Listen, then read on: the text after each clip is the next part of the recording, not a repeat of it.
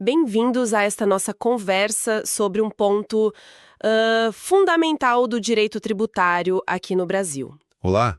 Hoje, a gente vai explorar um pouco mais a fundo como é que um crédito tributário pode ser, excluído. Exato. Ou seja, como é que o fisco, né, o governo, abre mão de cobrar um tributo ou uma multa. Uhum. Vamos focar no que diz o Código Tributário Nacional, a Lei 5.172, lá de 66. Especificamente, os artigos 175 a 182. Isso mesmo, artigos que tratam da isenção e da anistia. A nossa ideia aqui é destrinchar não só o que são, mas por que existem e, claro, como funcionam na prática, né? Perfeito. E entender isenção e anistia é chave, sabe? São como exceções importantes à regra geral de pagar tributos. Válvulas de escape, como você disse antes. Exatamente, válvulas de escape. São mecanismos que o Estado usa para, abrir mão de cobrar, seja o tributo, seja a penalidade. Entender isso ajuda a ver a complexidade toda da relação fisco-contribuinte e até onde vai o poder de tributar. Faz sentido. Então, vamos começar pelo começo? O artigo 175. Ele abre o capítulo, né? Isso, ele dá o pontapé inicial. E é bem direto. A exclusão do crédito acontece por isenção, inciso 1, ou anistia, inciso 2. Mas aí vem o parágrafo único com algo que me chamou a atenção. Ah, sim, o parágrafo único. Ele diz que a exclusão do crédito não libera o contribuinte de cumprir as obrigações acessórias. O que isso significa, assim, no dia a dia? Quer dizer, não basta estar livre de pagar. É uma ótima pergunta, porque isso toca num ponto central da administração fiscal. Pensa assim, a obrigação principal é o quê? Pagar o tributo. Certo, pagar. As acessórias são, digamos, deveres instrumentais. Ferramentas para o fisco poder controlar, fiscalizar se a principal está sendo cumprida. Ah, tipo, declarar, emitir nota. Exatamente.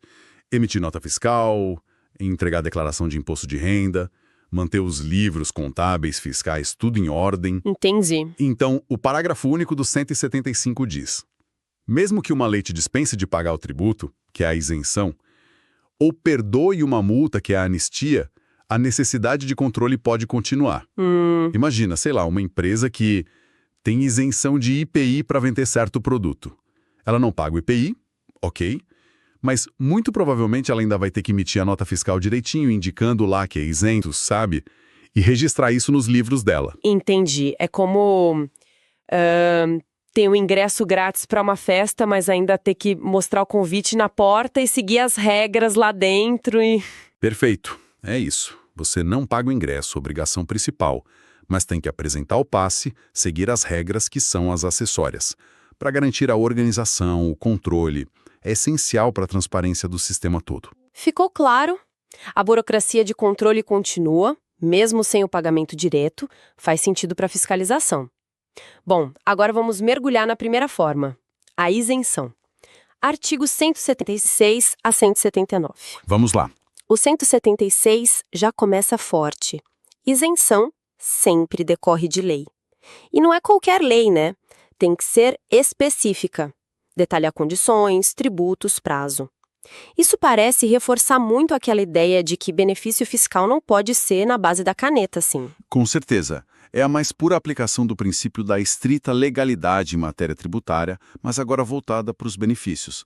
Como a isenção é uma exceção, né? O Estado abrindo mão de receita. Sim. Exato, o legislador tem que ser muito, muito claro. Específico. Não existe isenção por decreto, por portaria, nem de forma genérica, sabe? Tem que estar na lei. Quem tem direito sobre quais condições, para qual tributo, por quanto tempo, se for o caso. Para evitar arbitrariedade? Exato. E para dar segurança jurídica, e aqui vale reforçar uma coisa que às vezes confunde, isenção é diferente de não incidência, tá? Ah, boa. Qual a diferença mesma? Na não incidência, a situação, o fato, simplesmente não se encaixa na descrição da lei que cria o tributo. Pensa, sei lá, vender um serviço que não está na lista dos serviços tributados pelo ISS. Não incide ISS. Ok. Na isenção, não. A situação se encaixa na regra de tributação. O fato gerador acontece. Mas aí vem uma outra lei e diz: ok, para essa situação aqui, não precisa pagar. Entendi. Na isenção, o alvo do tributo existe, mas a lei dá um escudo. Perfeito. E o 176 ainda fala que a isenção pode ser restrita a uma região. Isso faz dela um instrumento de política de desenvolvimento regional também. Interessante. E o artigo 177 parece colocar uns limites nesse escudo, né? Diz que, salvo disposição em contrário, a isenção não se aplica a taxas e contribuições de melhoria, e nem a tributos criados depois da lei de isenção. Por que essas travas? São travas importantes, sim, para delimitar até onde vai o benefício. A regra geral é que isenção é pensada mais para imposto, sabe? Taxa é cobrada por um serviço específico, divisível, ou pelo poder de polícia. Contribuição de melhoria vem de obra pública que valoriza imóvel. A lógica de isentar imposto que financia tudo de forma geral não se aplica automaticamente a essas outras espécies, que têm uma ligação mais direta com uma contraprestação do Estado. Para isentar taxa, a lei teria que dizer isso com todas as letras. E a outra trava, sobre tributos futuros. Essa é para proteger a capacidade do Estado de se financiar no futuro. Imagina, você dá uma isenção de ICMS hoje. Aí, daqui a 5 anos, o Brasil cria um IVA nacional, substituindo o ICMS e outros. Essa isenção antiga não pode automaticamente valer para o novo imposto. Senão, o legislador ficaria de mãos atadas para criar novos tributos ou reformar o sistema. Garante a liberdade para o futuro. Faz todo sentido. Agora, um ponto que sempre gera discussão. Artigo 178. Ele diz que a isenção pode ser revogada ou modificada por lei a qualquer tempo. Isso não cria uma insegurança jurídica danada para quem planejou algo contando com aquele benefício? Olha, aí que está o X da questão. Esse artigo lida com aquela tensão. Flexibilidade para o Estado versus segurança para o contribuinte. Exato. A regra geral é isenção pura e simples, sabe? Aquela que não exige nada em troca, só se encaixar na lei. Tecnicamente, a gente chama de não onerosa ou incondicionada. Essa sim pode ser revogada a qualquer tempo por outra lei. O entendimento dominante é que não existe um direito adquirido a manter esse tipo de benefício para sempre. Se o governo deu isenção de IR para uma atividade e depois acha que não precisa mais incentivar, pode revogar. Mas tem a exceção, né? O artigo fala. Sim, a exceção é crucial. Ela protege as isenções concedidas por prazo certo e sob condição. São as isenções onerosas ou condicionadas. Onerosas por quê? Porque exigem algo do contribuinte? Justamente. O contribuinte teve um ônus, teve que fazer algo para merecer. Exemplo clássico. O Estado te dá isenção de ICMS por 10 anos, prazo certo, se você construir uma fábrica no interior, condição, e gerar X empregos, outra condição. Se você cumpriu sua parte, investiu, contratou... Aí o Estado não pode simplesmente mudar de ideia no meio do caminho. Não pode. Seria quebrar um pacto, né? Ferir a boa-fé, a segurança jurídica. Nesses casos, o contribuinte tem um direito mais forte a manter o benefício pelo prazo e nas condições combinadas. É o que a súmula 544 do STF reforça. Entendi.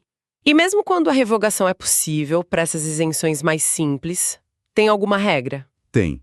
O próprio artigo 178 lembra do 104, inciso 3 do CTN. Para revogação de isenção de impostos sobre patrimônio ou renda, tem que respeitar a anterioridade anual. Ou seja, a revogação só começa a valer no ano seguinte. Dá um respiro para o contribuinte se ajustar. Importante essa regra de transição. E na prática, como é que se consegue uma isenção que não é geral, que não vale para todo mundo automaticamente? O artigo 179 detalha isso, né? Fala de despacho da autoridade, requerimento, prova.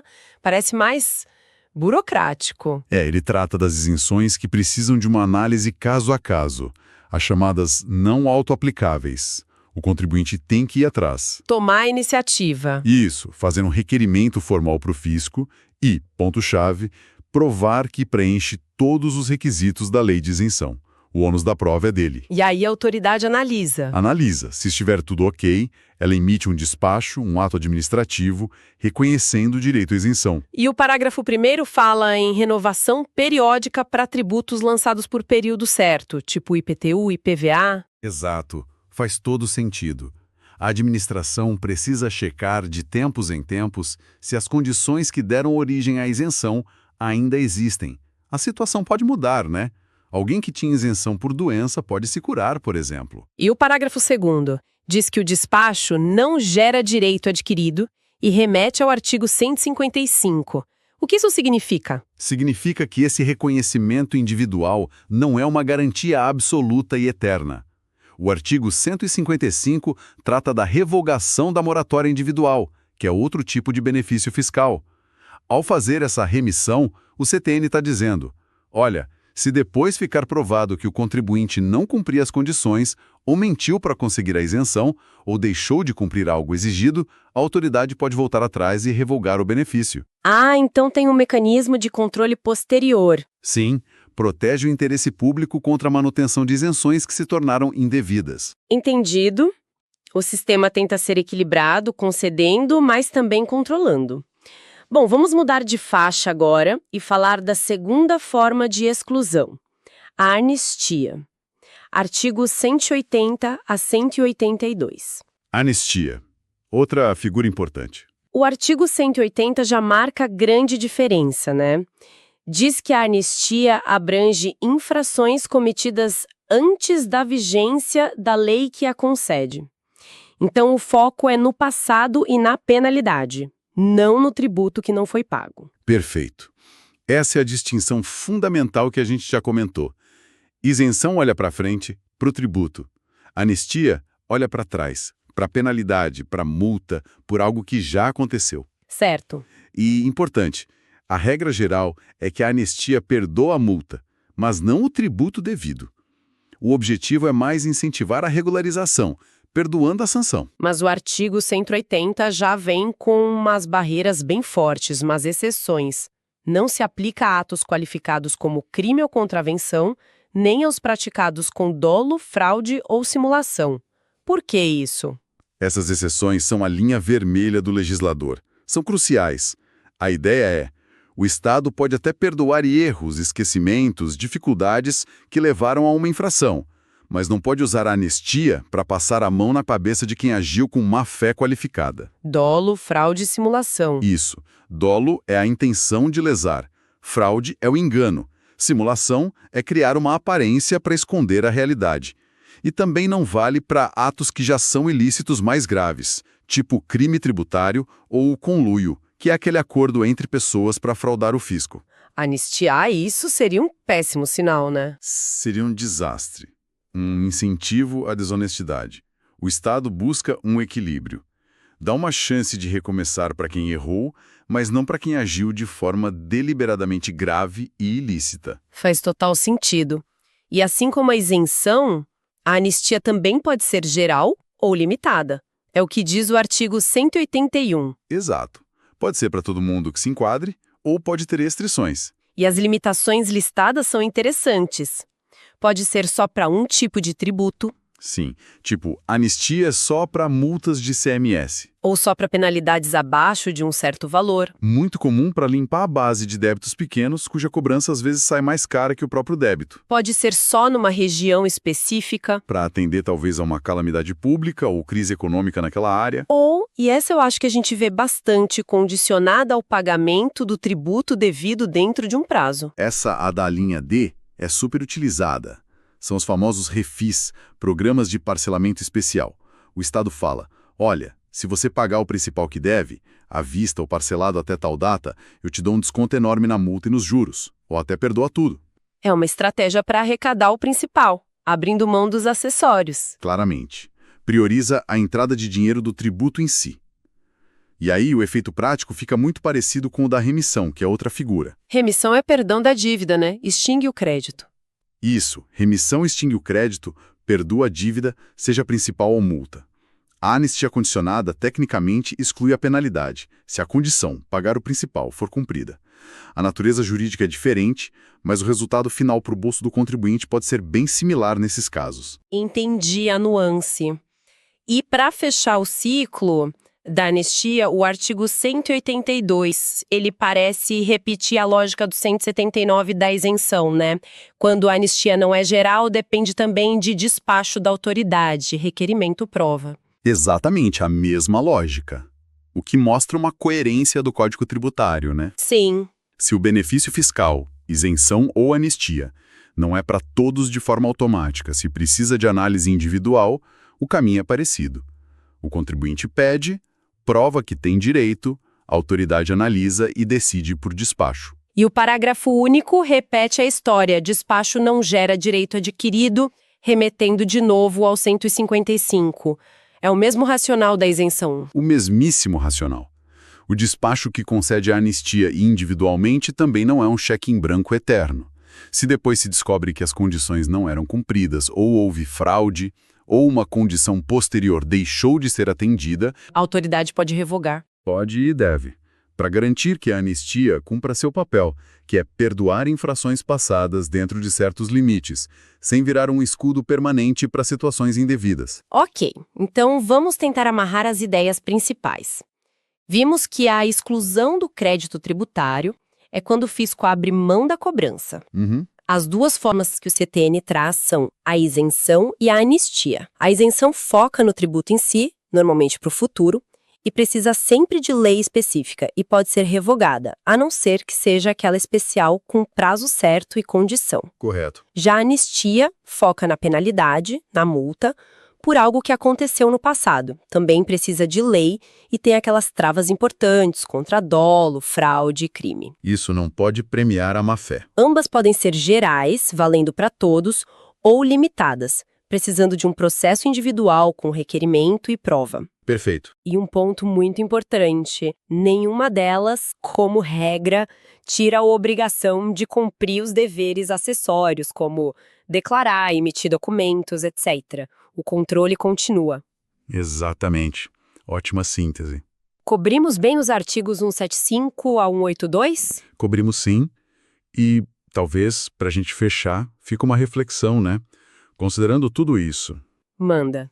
tanto a isenção quanto a anistia são, no fundo, o Estado abrindo mão de receita, dinheiro que poderia entrar nos cofres públicos. A gente viu como a lei é exigente aqui, né? Princípio da legalidade estrita, lei específica, clara. Sim, bem amarrando. Então a pergunta é, como esse rigor da lei funciona para equilibrar os interesses? De um lado, o interesse público em dar esses benefícios, às vezes para estimular a economia, fazer justiça social, simplificar a vida do fisco, incentivar quem está irregular a se acertar. E do outro lado, o interesse público, também fundamental, de arrecadar o dinheiro necessário para financiar tudo que o Estado faz. Saúde, educação, segurança, obras. Como é que a gente garante que essa renúncia de receita, que a isenção e a anistia permitem, seja feita de um jeito transparente, controlado, justificado e que não quebre o país? É uma tensão constante, né? Uma tensão constante. Entre precisar arrecadar e poder, ou às vezes precisar abrir mão de arrecadar. É um dos grandes dilemas da política fiscal em qualquer lugar do mundo. Excelente ponto para a gente pensar. Fica aí a reflexão.